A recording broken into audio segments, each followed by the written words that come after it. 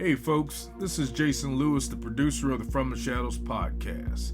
I just want to remind you about our website, fromtheshadowspodcast.com. We have a Facebook page. We would appreciate it if you like and follow. Also, join our discussion group on Facebook called After the Shadows. We have a Twitter feed. Please follow us on Twitter. It can be found with @podcast_from. Follow us on Instagram at From the Shadows Podcast. We have a YouTube channel. Go to the search bar at YouTube and put From the Shadows Podcast, and please subscribe to that channel. We are also on the Odyssey Radio Network, and we can be found there at odyssey1.com.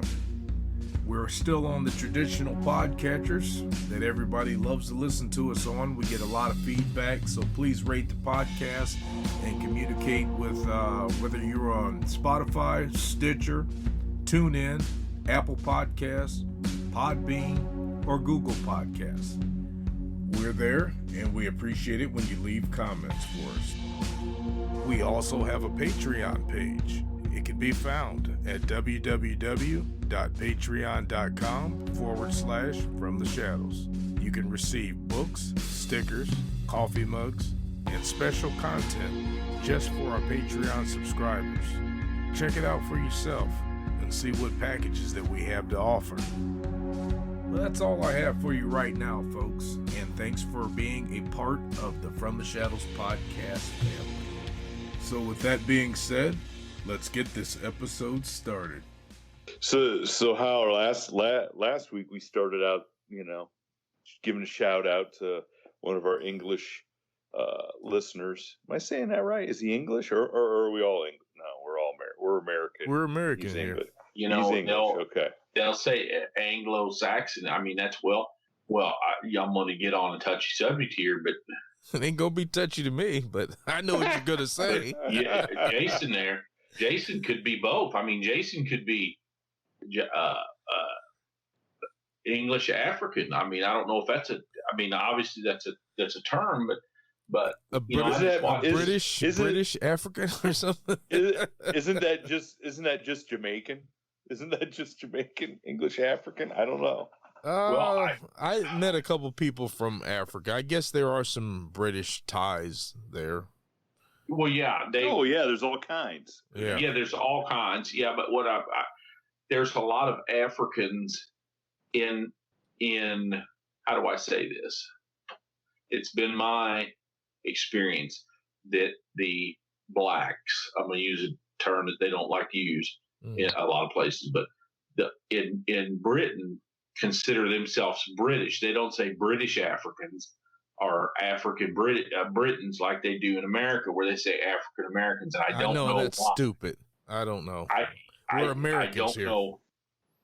But do you know what I'm talking about? Yeah, Jason? I know just what you're talking about. Yeah, they always got to have that little segregation adjective on there, even though we're all Americans here. Right, and I'm just going to shut up right there because I went to a historically black university, and where we, if in order to get a bachelor's degree, you had to take, I think, 16 hours or 12 hours to time of African. You had to do, I'm trying to think, 12 hours of African American history, and then you had to have another 6 or 9 hours of what they call it, something else. And so it just puzzles me. Once I got to Europe, especially, most places when you're in Europe, for some reason, they're not studying they don't identify as sometimes they'll do French Algerian, I guess maybe a little bit, but the black people in French don't say I'm African French or or African British. You know what I mean? So I don't know what that's all about. I don't know what that's all about. Right. So we'll just leave it at that. So Grover knows. He knows all. Well, back to the truck driving story. Hey, I got a black truck driving story. Okay, I got a black truck driving story.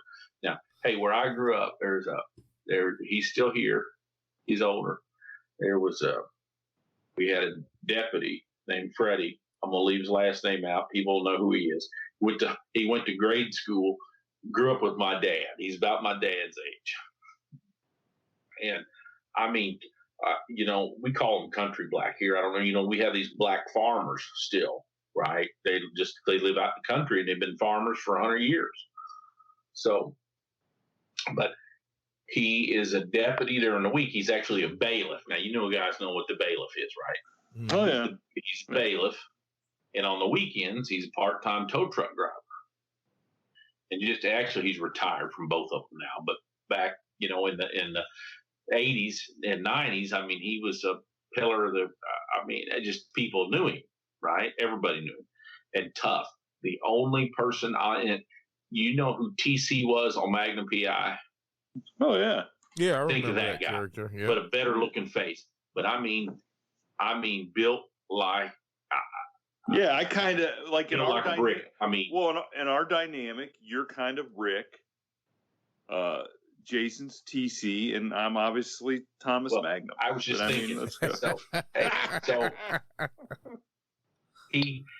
when I got to be a deputy, now he was in the adjoining county, but he drove a tow truck in our county. And the chief deputy who I worked for, who also went to school with my dad, everybody treated this guy like, I want to say royalty, but he was the last man you'd ever want to cross. And sometimes it took young cops or young troopers to realize that dude was the most respected, not only law enforcement guy, he's one of the most respected dudes around, you know what I mean? Just as a human being, right? So when I first started, he seen my name tag one day. We got to talking, and of course he knew my dad and everything. And from after then, I don't know what we were joking about, but he said, "Hell, I'm practically related to you," which is a whole nother story. I don't want to talk about some of my family like that. But anyhow, I used to call him Uncle Freddie all the time. So fast forward about 5 years later, I get on as a state trooper, and they send me to a town in kind of north central Missouri, northeast central Missouri. And our little office was inside the sheriff's office in jail combination. And I pulled in with my FTO one day, and I said, and I seen Freddie's, because not only did he do bailiff stuff, but he would do prisoner transports, and he always drove new Caprices back in them days. In the 80s and 90s, Caprices was the car to have, So, and the sheriff always give him, the Callaway County sheriff always give him a new, when the new cars came in, he always give Freddie one. And so Freddie always had these Chevy Caprices, and he always kept them real clean. And he had his license plate number. So when I pull in my FTO don't know me from Adam, right? I just graduated from the academy, moved up here. He's known me for about a week, maybe 2 weeks tops. And he's a straight arrow dude, right? And I can be kind of loose. So we pull up and park. There's a parking space that says state trooper. There's like 2 or 3 that says state trooper, and then 2 or 3 that says deputy, or they have like reserved spaces. Mm-hmm. And, where the police all park. So we go pulling in there, and I see Freddie's cop car there. So I know he's there to pick up a prisoner.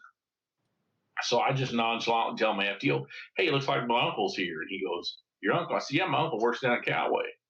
He's bailiff and does prisoner transports." And after he goes, "Well, you have to introduce me to him." I said, "Okay." So we go in, and of course he sees me. I said, "Hey, I want you to meet my Uncle Freddie." And this is going to sound bad, I don't know how to frame it, but when I say this guy's black, he's black. And my FTO is speechless. He doesn't even know. He doesn't even know what to say. This is my uncle, and of course Freddie puts his arm around me. He says, "How's it going? How you doing up here?" Blah, you know what I mean? Just we just have a joyful conversation, and it puzzled my. So finally, about 2 hours later, my FTO is finally gonna say, "Is he your uncle by marriage or because he's puzzled about this? Is he your uncle by marriage?" Anyway, I said, "No, I think he's my dad's blood brother, as far as I know. That's the way they were raised." He said, "Well, you got a different last name." I said, "Yeah, it's one of those things. It's just one of those things. Don't ask questions." But yeah, tow truck drivers. That's why I just started. We had another thing up there. That's what I started to talk about was tow truck guys. We had a tow truck, and the cars are so brittle now. But back when I started in the early '90s, 91, I guess I went to Police Academy '91. We had these guys that 20-year-old tow trucks, so they were from the '70s, right? Mm-hmm. And we had this old tow truck driver we called him Kamikaze Joe, and well, I imagine he earned that name doing something. What? Probably the way he drove the tow truck. We're talking about. Hey, it wasn't the way he drove the tow truck; it was the way he hauled people's cars. So we used to say, if it wasn't total in the accident, he was good. Joe was going to total it, right? So, and then when they started coming up with all these rubber bumper covers, so he would roll up smoking, he'd smoke 3 cigarettes trying to figure out how to back up to a car. It'd be a little slide off on a day like today. We have a little skiff of snow or something slow, and he had these crappy old Ford, from the early '70s, 2-wheel drive tow trucks. Not like today, the tow trucks they roll out now got, chrome wheels and big turbo diesels, all that stuff. These weren't nothing like that, Right. These were like the one in the Clint Eastwood them guys got in Any Which Way But Loose. Yeah. Deal. And he'd roll up and take his big J hook, and he'd try to, like he's trying to snag a fish or something. He'd try to grab something underneath the bumper to tow his car out. And he'd walk back up here, turn the PTO on, hit the switch, and jerk these plastic bumpers completely off these new cars. Boom. Then he'd go back and had to put it in neutral, put PTO neutral, and drag out another 30-foot of cable and try to hook something else. And I remember the first time I went to a car in the water call, and this gal, the evolution of the safety lock, when your car's in gear, starts to move, you put it like my Chevy truck. I think as soon as you put it in gear, it locks, doesn't it? I'm sure. Yeah. So this girl had a pretty new minivan, and she was driving up Missouri 15 just north of Mexico, Missouri, and she hit a deer. And she stops, and she gets out to look at this thing, and she didn't put it in park. Oh boy! So it starts rolling down this gentle incline. Well, she had closed her door, so as soon as it started rolling, it locked, and she's running up beside it trying to open her door and can't do it. Oh man! Okay. So she's got to watch this car just gently go down the shoulder and then work its way off the road and went down an embankment into this water, and not very much of a water, but enough to get, enough to start filling the car up with water. Oh my God! So we called the record of the day, because they're on this list and they take turns. And Kamikaze Joe comes out there and pulls all his cable. I remember like it was yesterday. He sitting there smoking a cigarette. Man, I don't know. God, I hate to get wet. He said, they're going to total this anyway. I said, yeah, how you going to hook it? He said, I'll get something. So he's got his hand on the back window and his feet are on the bank. You know what I mean? You can imagine like 2 feet on the dock. Because he don't want to get wet. He doesn't want to get wet. And he finally gets it hooked. He goes, I think I got it hooked good. And he said, I really need to open the door. And I said, why do you need to open the door? And he said, well, if you don't, all that weight of that water's going to collapse that car. You know what I mean? It's a minivan, so it's got, what's water weigh? 5.5, 6 pounds a gallon? I don't remember, but put 1,000 gallons of water, or what? I don't even know if you could hold that. Put 500 in there, and you put 3,000 pounds in this minivan in the weight. And I said, well, you can open it? And he goes, nah, they're going to total it anyway. So he goes ahead and 2 things happen to this woman, and she's bawling because this is her pride and joy minivan. That hook he got right back here on the they're a front wheel drive van, so that back axle is just kind of like a tag axle. It's kind of, it just hangs there, right? Mm-hmm. Well, about the weight, 2 things happen. It almost pulls that axle out from the right rear of this minivan. And the other thing is when it finally comes out, it's got all that water, and it's like a low rider. I mean, it's like a San Diego minivan up this entire embankment back up to the road where he finally opens the door and lets all this water out. And it was like a spring that had collapsed and never come back. You know what I mean? So it stayed 2 inches off the floor. truck drivers. So I don't know. I was going to start telling these. The reason why it sticks in my head is my transmission finally went out on I got two trucks. I got my old truck and my older truck. My older truck at 378,700 miles. My transmission finally started going out last week. I had to have it towed. 307. Did Kamikaze Joe? No, I'm sure he's gone. No, I called the dude. It's funny you say it because I called my brother and was telling him what was going on. It kept going in what's called limp mode, because they're computer generated now. So when you start having issues, they go into limp mode to keep you. What goes? Now wait a second. What goes into limp mode? This sounds like a problem Jason might start to have on at night with his. No, there's no Bluetooth for this. Your ECM, your electronic control module on and starting with OBD 2s and 3s onboard diagnostics. This is way too much mechanical stuff. A lot of times they'll go in limp mode to keep you from. You lost me a transmission going out. That's way too. Okay. Well, what happened is I hardly ever drive this. It's the last year, the old body style, what they call CK style trucks. So your viewers that are truck guys know what I'm talking about. It's a K3500, so it's a 4-wheel drive 1-ton, single rear wheel. Just a plain truck, man. Hand crank windows. It's got tilt air and cruise with hand crank windows. And I usually just pull my bass boat with it, or when I got to haul something, it's got an 8-foot bed, so I can put my 4-wheeler in there and close the tailgate. Well, I had it parked up here. I live on an 11-acre estate out in the country that's full of rodents and squirrels and such. And I go to start it one day, and it's idling real high, which shouldn't happen on a later model truck like this because it's computer controlled. So I pop the hood, and these chipmunks have built this giant nest right up on top of where in an old car your carburetor sit, where your throttle. Oh yeah. It's got all these. So anyway, it's got this flat 4 plugs that go into my ECM, or not my ECM, but my TPS or something, my throttle position sensor. Anyway, they have 8 into my wiring harness on this thing. They have pulled insulation down from the bottom of my hood, and they have brought acorns and twigs, and it's glad it didn't catch fire. Why I set it let there and set it warm, because I kept thinking it'll go away when it warms up, and I'm glad it didn't catch fire because it smelled like peanuts or chestnuts roasting on open fire when I got it open because it's.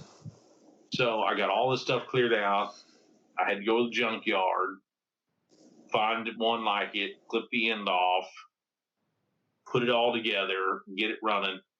So then it started acting up on me, and then I took it to a transmission buddy of mine, and he said, well, when the throttle position sensor goes out, electronics can cause this thing to shift erratically, and you can burn it up by driving it if it's not corrected.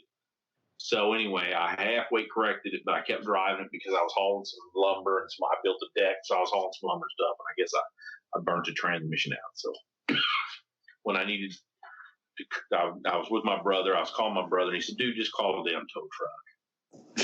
Call Kamikaze Joe.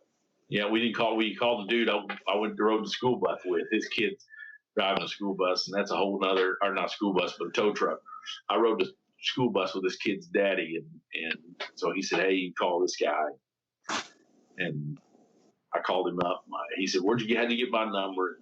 And I said, "Well, I used to ride the school bus with your dad." "Oh, okay, I'll come right over." And he come right over and towed me. And anyway, I don't know where I'm you know what? That's a great thing about a small town, right? It is. It is. Service. Get better service when you're running school bus with somebody's dad. Well, what he told me, he says, "Hey, I can't do it till 2:00," and I'm sitting on the side of the road, right? I said, "What do you mean you can't do it?" Because what was weird about it, if I shut the truck off, what would happen is, if I shut the truck off and started it up, I could put it in gear and drive it. It would shift through it and fine. But when it was to get to drive third gear or overdrive, it wouldn't go back into first. So if I stopped at a stop sign, I had to put it in park, shut it off, start it back up, and start all over again. because I had the up shifts, but I didn't have the down shifts. If that makes sense. Yeah. You lost me at transmission. So he says, well, that's because, hey, when you got training problems out in Cleveland, they're different than training problems here in the Ozarks. I guarantee you. You know what I mean? But I don't want to get into that. Thank you for tuning in to this week's episode of the From the Shadows podcast. Until next time, never shy away from the darkness or what may be lurking in the shadows. We are out.